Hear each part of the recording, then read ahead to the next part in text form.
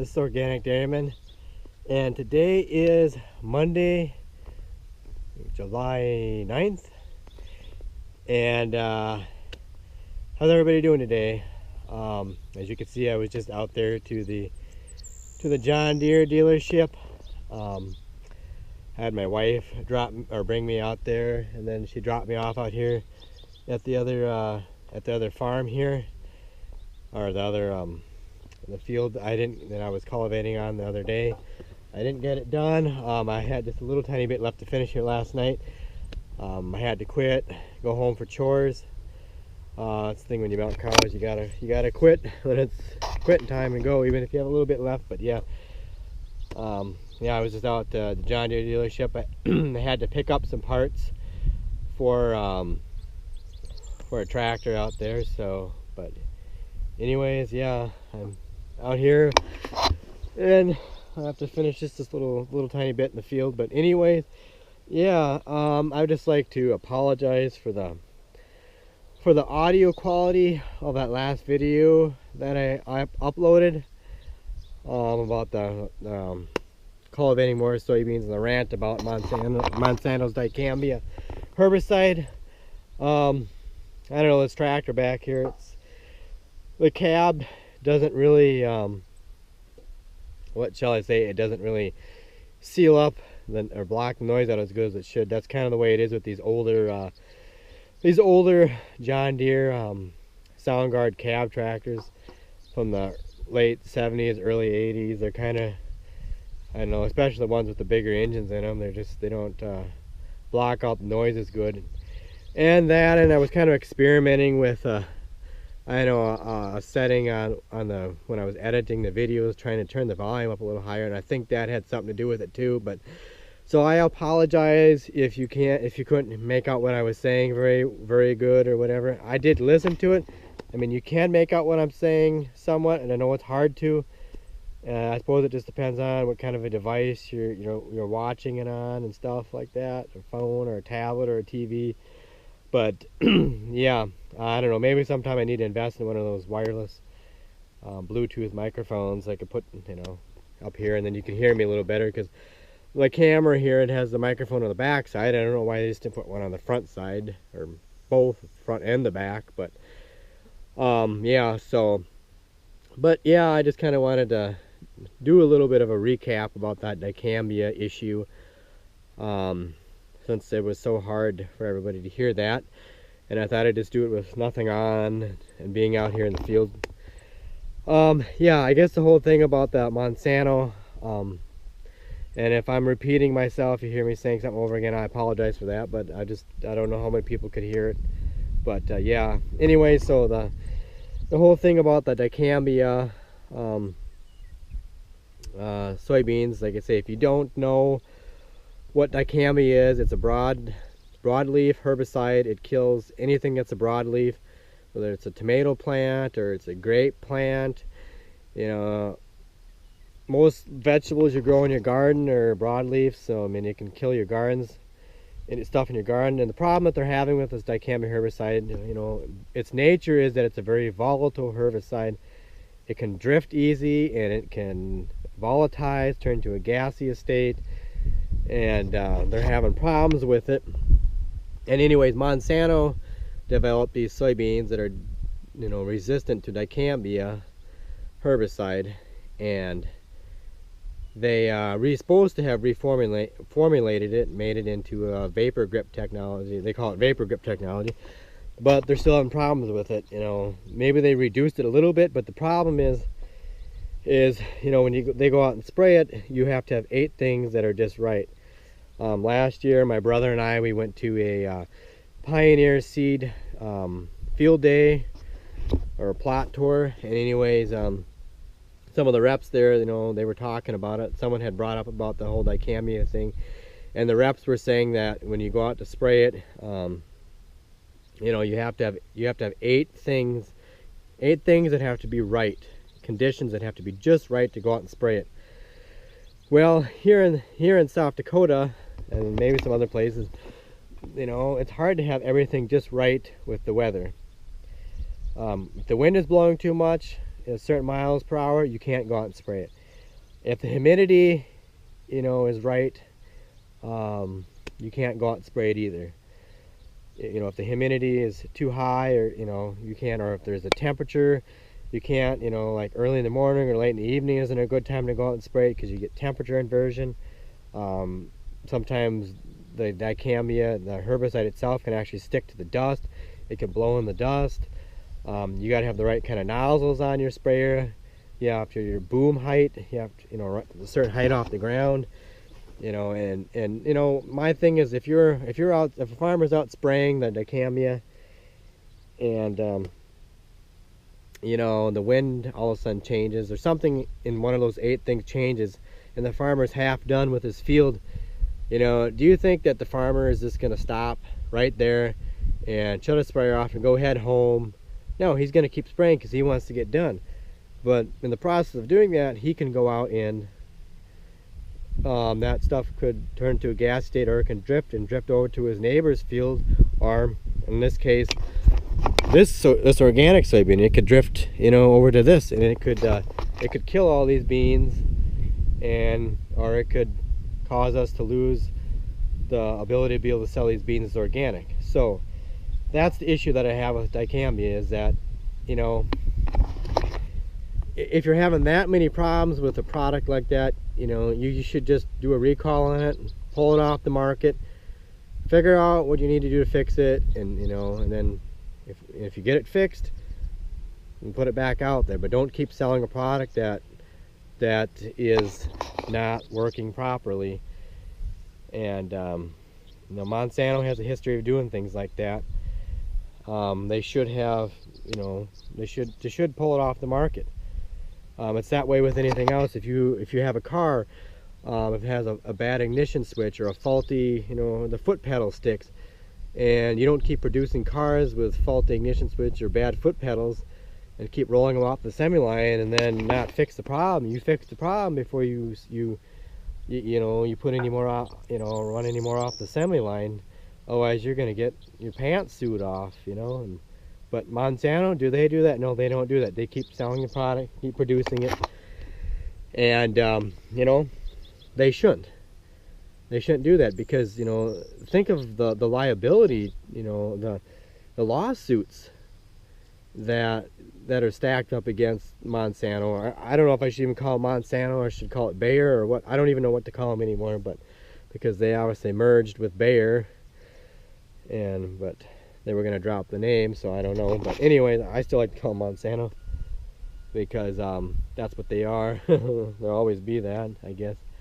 Bayer's not much better, but so yeah, they should pull it off the market, and I guess I brought the whole thing up because I know a few days ago or so I read an article. I was looking through the news on my phone, and an article popped up about Monsanto saying that they're still having problems with their dicamba herbicide yet, even though they've done extensive they put on workshops to train applicators and stuff, people that spray this stuff, to train them how to properly spray it, and the times when to and not to. And they said, yeah, they have had reduced cases of dicamba damage, but they're still having problems with it. And well, I mean, like I say, you shouldn't be putting a product out there in the market that you're still having problems with. And excuse me. And it's if nobody knows that, you just can't keep doing that. But I know that down in Arkansas, the state has put a statewide ban in place that dicamba cannot be sprayed down there, because they had so many problems last year, and they even had problems the year before, even before the dicamba herbicide was approved by the EPA to come out. And the thing that Monsanto did is, back in 2016, they sold dicamba tolerant soybeans to the farmers even before the spray itself was legal, it was able to be sprayed legally. Well, it was just like they were being the tempters. So some of these farmers, since they knew that they had these beans, they went out and sprayed the old formulation, or the old dicamba, the reformulated kind. And anyways, they had problems with it. A lot of dicamba damage, and these farmers were going out and doing it illegally. Well, Monsanto should have known better than that to put that product out there, because like I say, they were just being the tempters. They were tempting the farmers, and they should have known better to have done that. And like I say, that's one of the things I don't like about Monsanto. Sometimes they think because they're a big company, a multi-billion-dollar company, they can do that kind of stuff and get away with it. Anyways, the state, whatever they call it, the state spray board or chemical board down there, last year, I don't know when it was, June or something, they put a dicamba ban in place.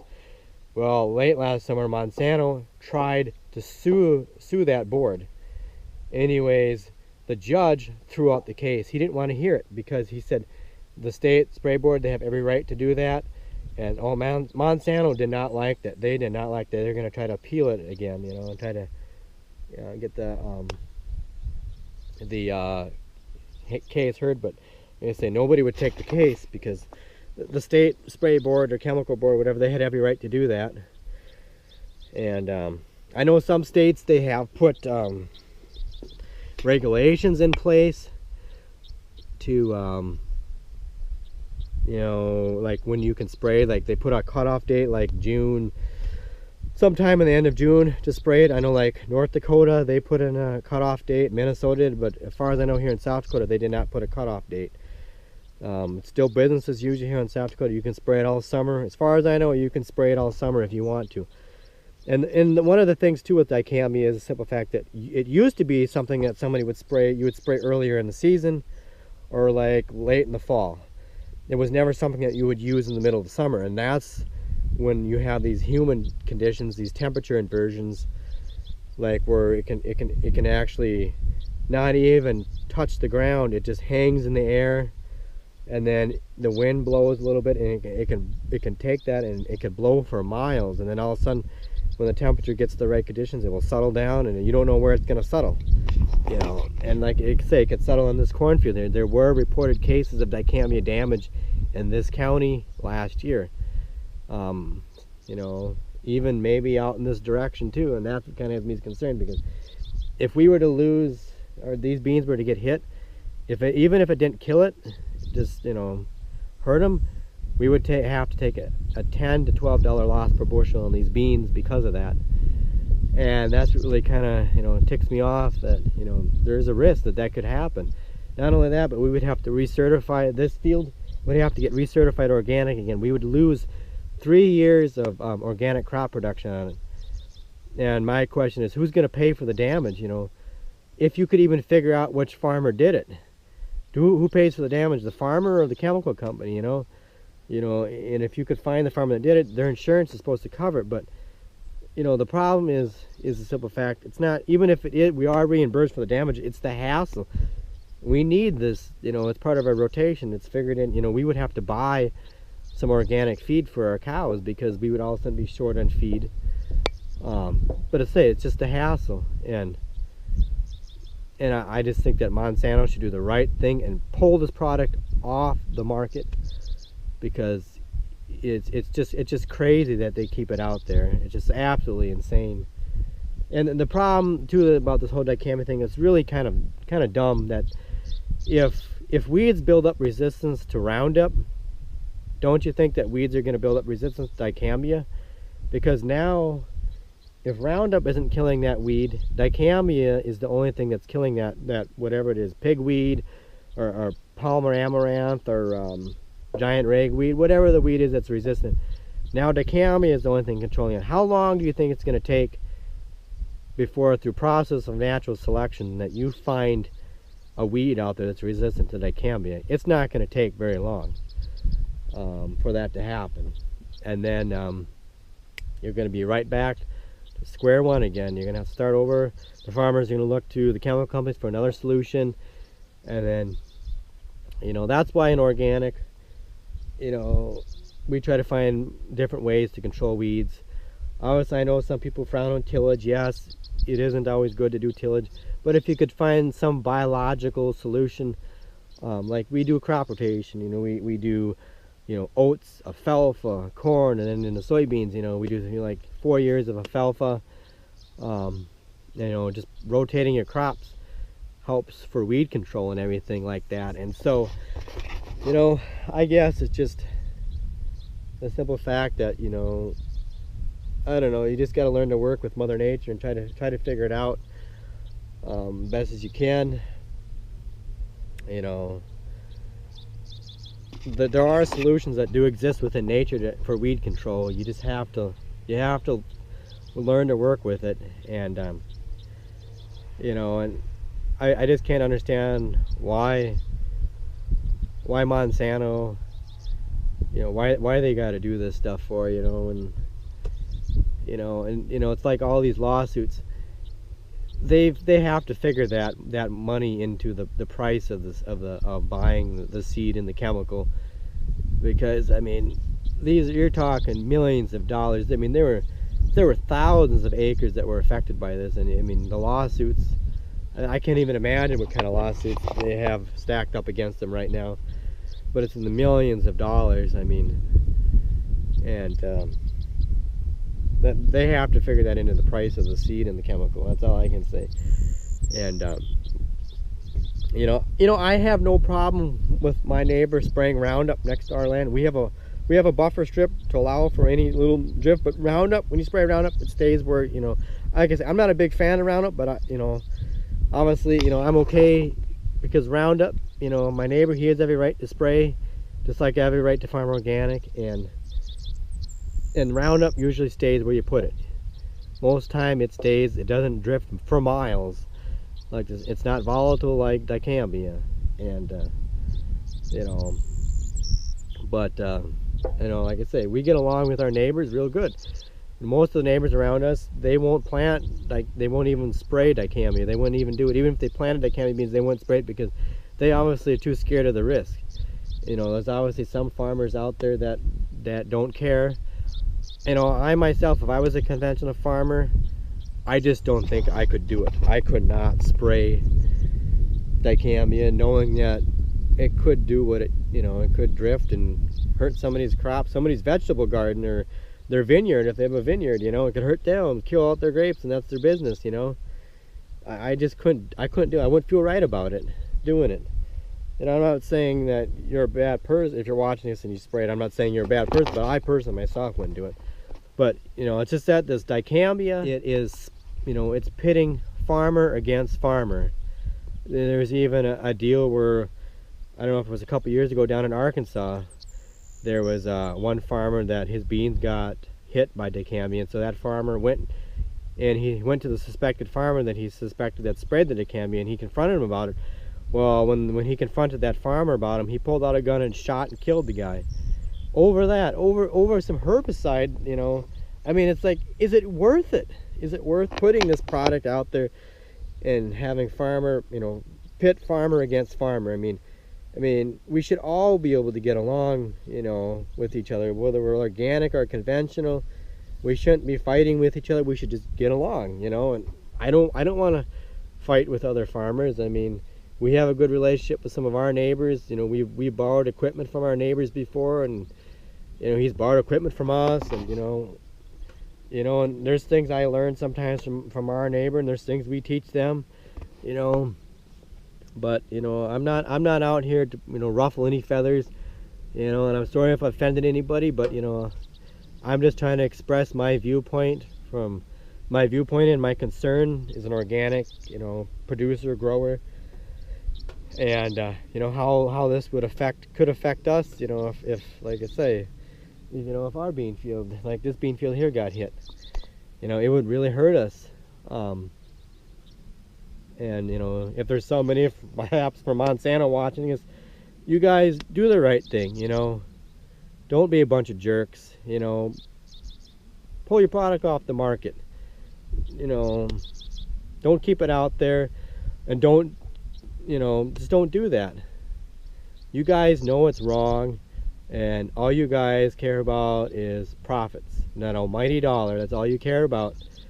You know, just, you know, cut it out. You know, if just, that's not right. You know, we have a right to farm organically, and just as much as my neighbor has a right to farm with chemicals and use GMOs, he has that right too. But you know, we have to try to work together. You know, it only makes things worse when Monsanto does this.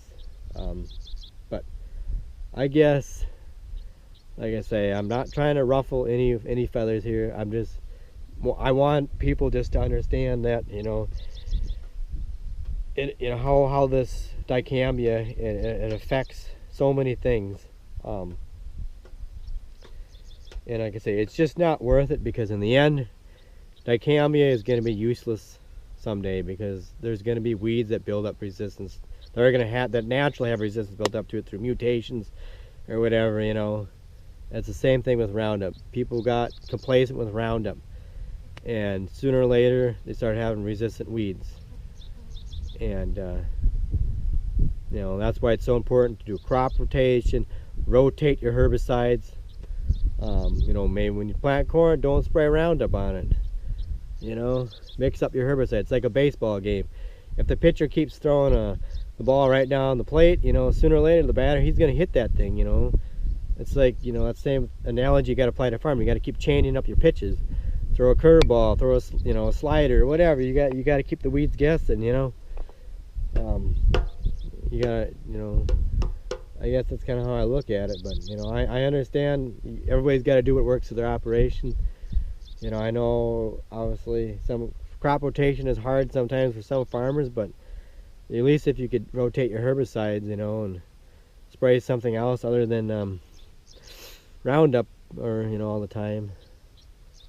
You know, corn, you can get away with not always spraying Roundup. Sometimes you just have problems with broadleaf. Spray for broadleaf. I know they do have grasses, you know, herbicides that, you know, too, but I guess it is what it is. And I'm just, you know, like I say, I just want to express my concerns. And like I say, I'm not saying I'm better than anybody else, any other farmer out there, because I'm not. We're all equal, and I'm just expressing my my viewpoint, my concern. But anyways, I've talked long enough here, so I just want to thank everybody for watching this video. And like I say, I'm sorry about the audio quality in the other video.